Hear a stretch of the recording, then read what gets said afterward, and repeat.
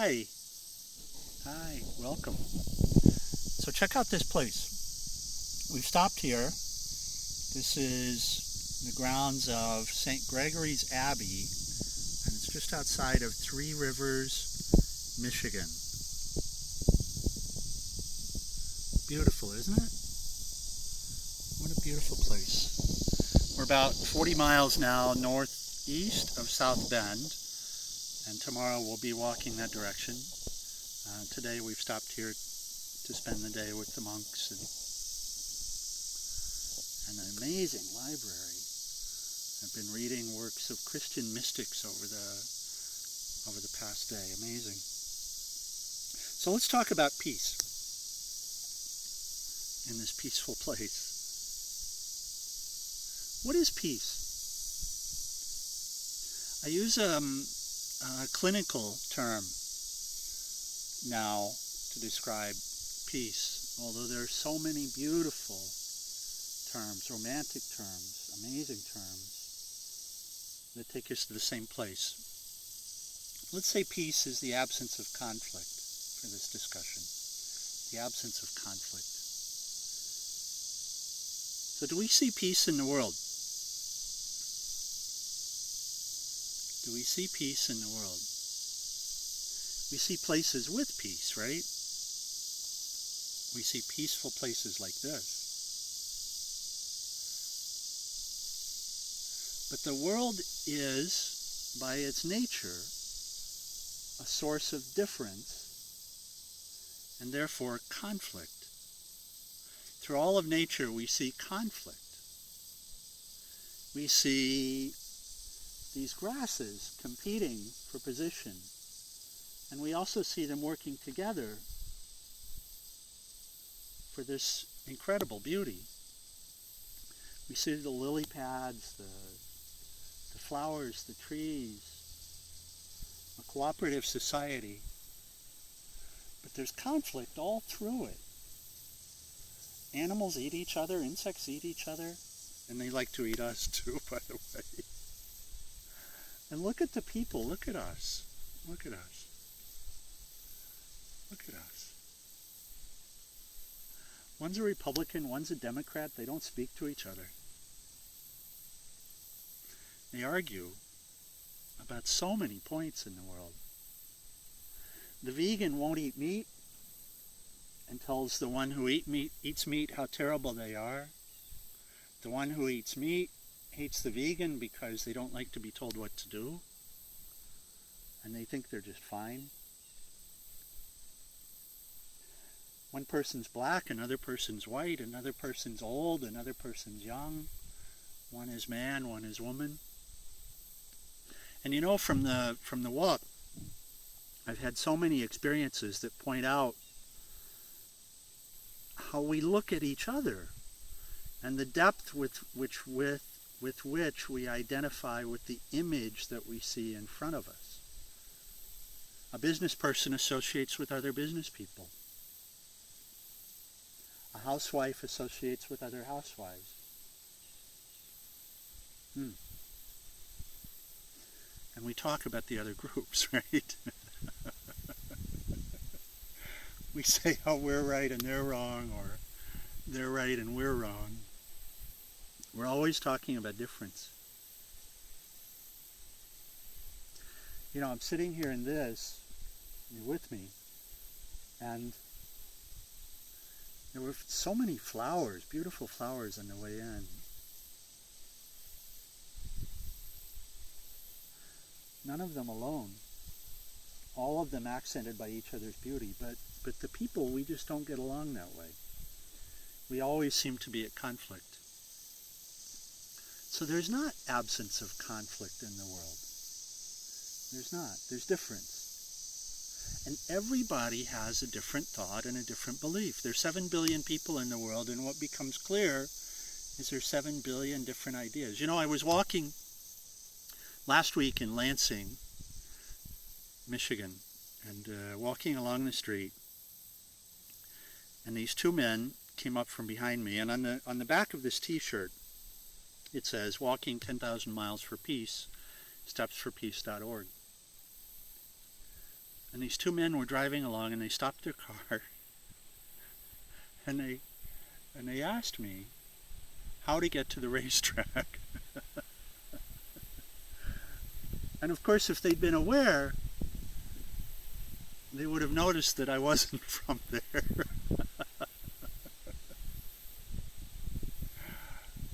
And you see, that's the thing, is we see the world based upon our own thoughts, our own beliefs, our own conditioning, what's in our own mind. Some people see me as a monk, some people see me as a religious person, some people see me as a crazy man as I walk through the town. I've had more than a few visits from police officers who think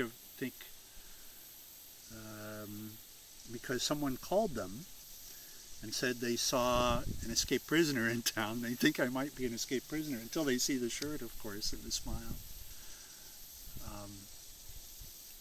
7 billion people, 7 billion different worlds. We have temporary peace. Temporary peace. Because when we disagree with each other, we tend to believe in the law of numbers. So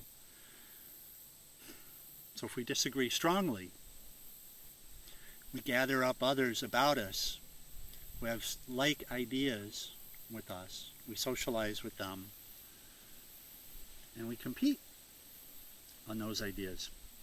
So maybe one state competes with another state for oil, or money, or resource. And maybe wars come from that. Terrible wars come from that. And use of terrible weapons and innocent lives lost. All because we each see the world a little bit differently, or a lot differently. And yet there is peace. There is peace. There is a place where there's absence of conflict, and each one of us experience it. Each one of us. That place of peace is inside of us, it's not outside. It's a silent place. Some would call it sacred silence, stillness inside of us. Someone will experience it while sitting in a place like this. Someone else will experience it while sitting in meditation. Someone while drawing art. Someone else while singing. Someone else while playing a musical instrument. Someone else while praying. Someone else while mowing the lawn.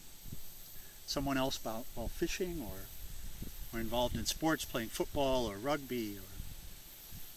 And that place is a place where we lose time and we lose space. We lose bodily awareness. We actually lose ourselves. We literally lose ourselves.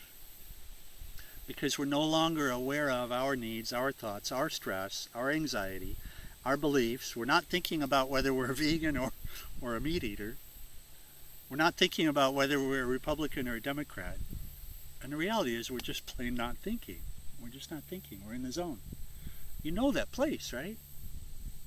Each of us experience it. Each of us get a taste of that sacred stillness. That's peace. That's peace.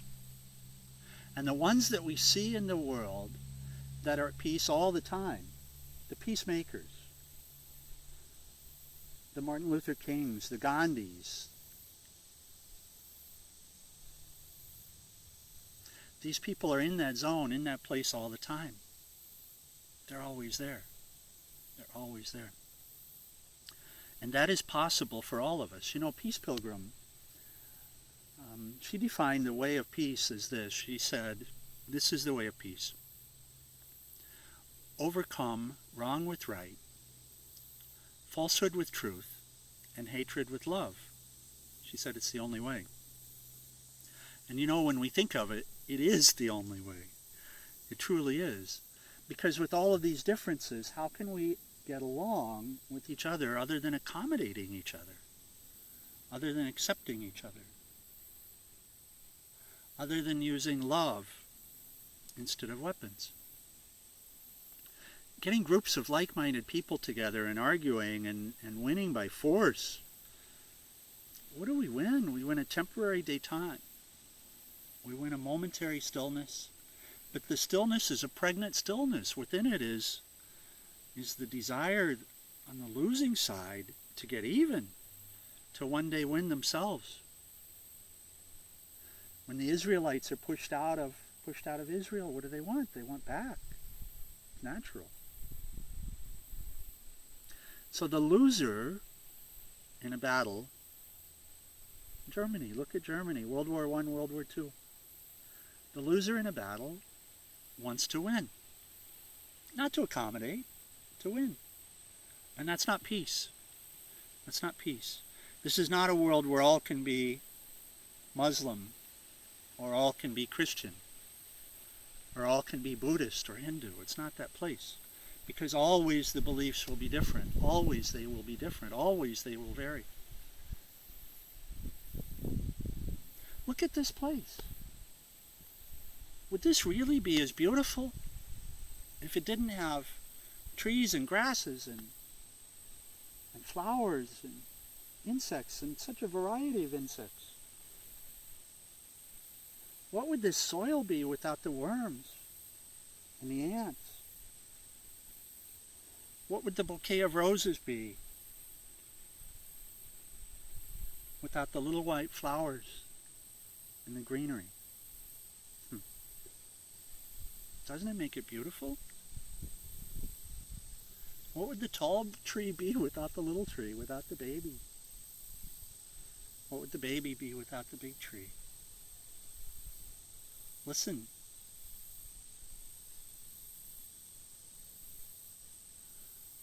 What would the silence be without the birds?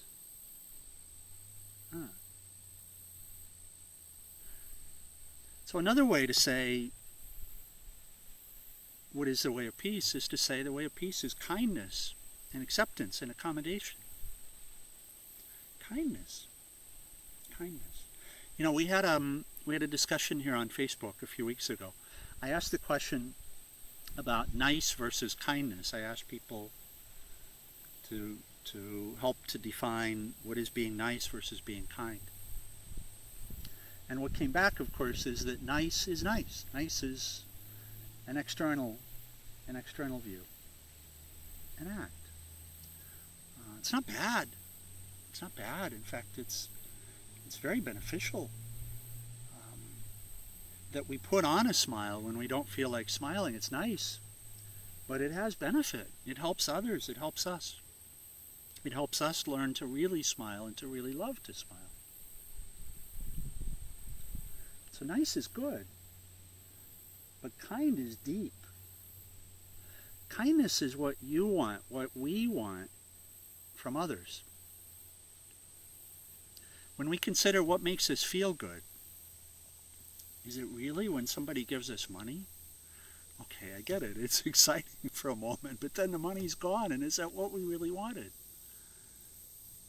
Isn't what we want to be cared for, to be considered, to be treated as valid, as a real person?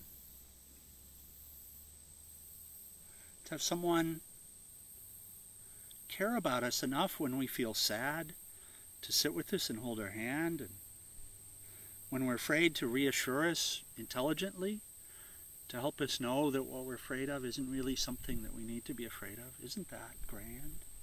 Doesn't that make us feel good? When we're not feeling well, for someone not just to ask us how we feel, but to care about our answer, doesn't that make us feel wonderful? That's the tool of peace. In fact, I would say that peace and kindness are not different. Two sides of the same coin. When someone's kind with you, you are at peace for that moment. You're not stressed and anxious and afraid. If someone's genuinely kind to you, you see them as a friend, someone who cares, and your heart opens to that. So when we turn it around and we say, what is it to be kind? It's for us to treat people that way. It's for us to care. It's for us to listen and genuinely care about the other person. I will tell you now that a world with kindness is a world at peace. And there is kindness in all. Some years back, I had no peace at all. I was not aware of Peace Pilgrim. I was very much in the world. No pilgrimage for me. I was all about making money. All about trying to find happiness in the world. And I couldn't find it. And finally I was led inside, and through grace, made aware of Peace Pilgrim and the opportunity for pilgrimage and to do this work. And have been able to find peace through that. And what I've been able to find is the ability to be kind all the time, in every circumstance. And that's an amazing gift. When I walk along the road, I smile and wave and say hello to folks. And I genuinely care about how you are. I genuinely love you. I don't care if you're a Republican or a Democrat or a vegan or a meat eater or a Christian or a Muslim or a Buddhist. I don't care. Because at the center, everyone is the same, and everyone's valid, and everyone deserves to be cared for and to be loved, and everyone deserves kindness. And this is a great calling for us to be kind to others and to love others. And it is the way of peace. It is. So why then, and by the way, we know this. We know it. We know it. We know it. We've all had this experience. We all know that when we're genuinely kind to another, that we feel good, right? We know that makes us feel the best. We know that when we listen to someone else, not only do they feel good, but we know that we do. It's so much better than the normal way that we listen, which is we're listening so that we can say something. I mean, that's the reality, right? That's the way we typically listen. But we've all had experiences where we've genuinely listened, and we know what it feels like. We know what it feels like to us. We know the lift and the joy that we have from that. And it's amazing, isn't it? We know what it's like to go into a nursing home and to listen to someone there who's alone. We know what it's like to go into a prison. If we've not done it, we have friends that have. To visit with someone. And to visit with someone that's not family. To meet someone on the street that's down and be able to cheer them up. To listen and to say a word that's considerate and kind and uplifting. We actually know what that feels like. So why is it, and I ask you to consider this, why is it then are we not kind all the time? And for you, why are you not kind all of the time? And I'm not being recriminating in this, please, because I have to tell you, if you were, you wouldn't be here. Those of us, those human beings around here, we're not perfect. Not yet. But we're working to be. We truly are. We're working to be the best that we can possibly be. And the best that we can be is the highest light inside of us. And it's something much greater than the typical human condition. And we see it. We see examples of it. We see examples of our potential. We see what we can be. We see it in the saints. We see it in Buddha. We see it in Jesus Christ. We see it in Muhammad. We see it in so many other teachers. Peace Pilgrim. We see it in Peace Pilgrim. The beautiful smile, the caring, the love, the 28 years of walking for peace, for all. We see that. So what is it that prevents us from being kind all the time? This is worth consideration. It truly is. Is it that you don't feel that you have the time? Is it because you don't see the value in it? But we see the value, right? Is it because of the judgment? Is it because you believe someone else to be wrong and not worthy of your time and your kindness? And that happens a lot. Is it because of fear? That's a lot of the issue, is the fear. And I will tell you that the root of fear is our own misidentification. You know, we go through life not knowing who we are. I used to make fun of people for saying they were off to find themselves, and then I did it myself. So I certainly stopped. We're not this body.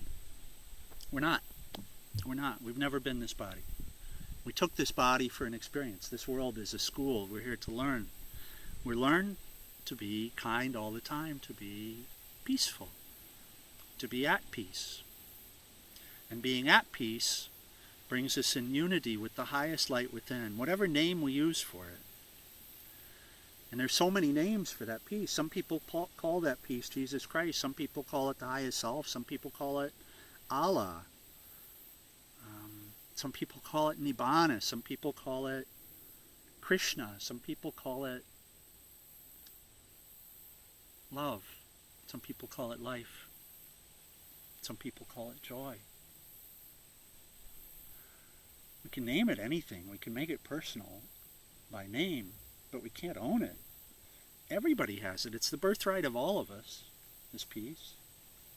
It's not an exclusive province. There's no one who didn't come from it.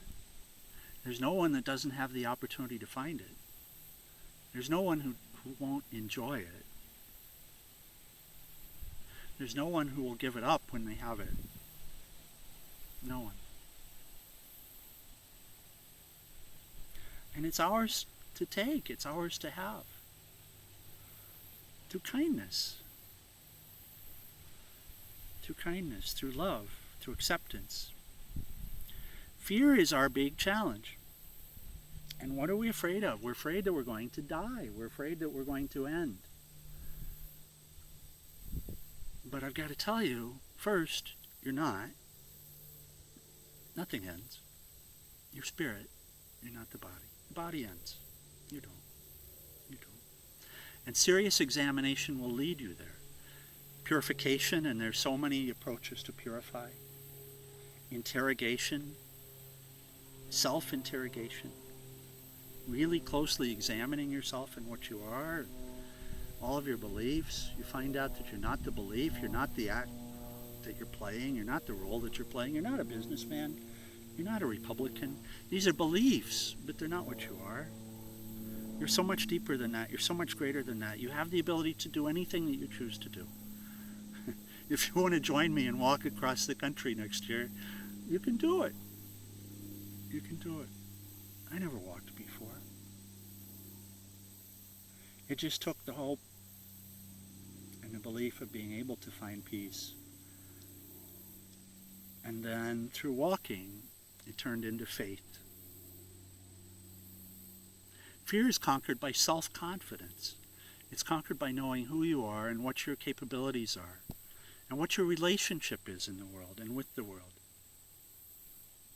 And I got to tell you, it's okay. It's all okay. At the end of the day, there's nothing to be afraid of. And there's nothing that stops you from being kind to everyone. Someone else's beliefs are not like Ebola. You don't catch them because you honor them. You don't catch them because you accept that person as valid even though they believe something different than you. Truly you don't. It makes you stronger. It makes you greater. It makes you simpler. It's so complex when we have to defend our beliefs. It's so hard. And it's so simple when we can just accept everyone else's. That's truly so. You can accomplish what you want to accomplish. You can do great things. You've got it in you. Peace is within you. And when you know peace inside, you are a peacemaker outside. You are a force for peace. And this world needs lovers. This world needs those who are at peace to share peace with others. It needs that. There's nothing fundamentally wrong with the world. It's beautiful. It's so diverse. It's so amazing. There's nothing fundamentally wrong. All it needs, all we need, are lovers and kindness and consideration. We need smiles, not frowns. And you can smile. You have a beautiful smile. You know, I have the opportunity in this walk to smile towards hundreds of thousands of people. And I see the lift that they get. And I tell you that when you smile, you lift others. When you think positive thoughts, you lift others. You contribute to the positive thought patterns of others. This is our struggle. Our struggle is to bring ourselves up, not to change the world, because we change the world by bringing ourselves up. We bring peace through expanding our kindness, through, instead of just being kind with our friends and our family, being kind with those that we wouldn't normally be kind with. Giving water to a stranger, giving a place to sleep. I mean, yeah, I get the fear thing, but I've got to tell you, we have a choice. And are we truly happier by living longer or by loving more and being loved more? We really do have to make a choice, you know. We really do. We really do. Every moment we have a choice.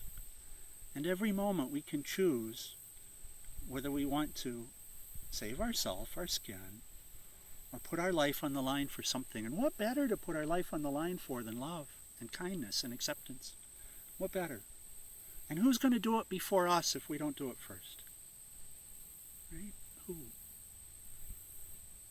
This is the time, this is the place. There's an opportunity in front of you to be kind where you didn't see it before. If you just look for it, there is. Thank you very much for your time. I love you. Thank you. Bless you. Enjoy this beautiful day. And I hope to see you soon.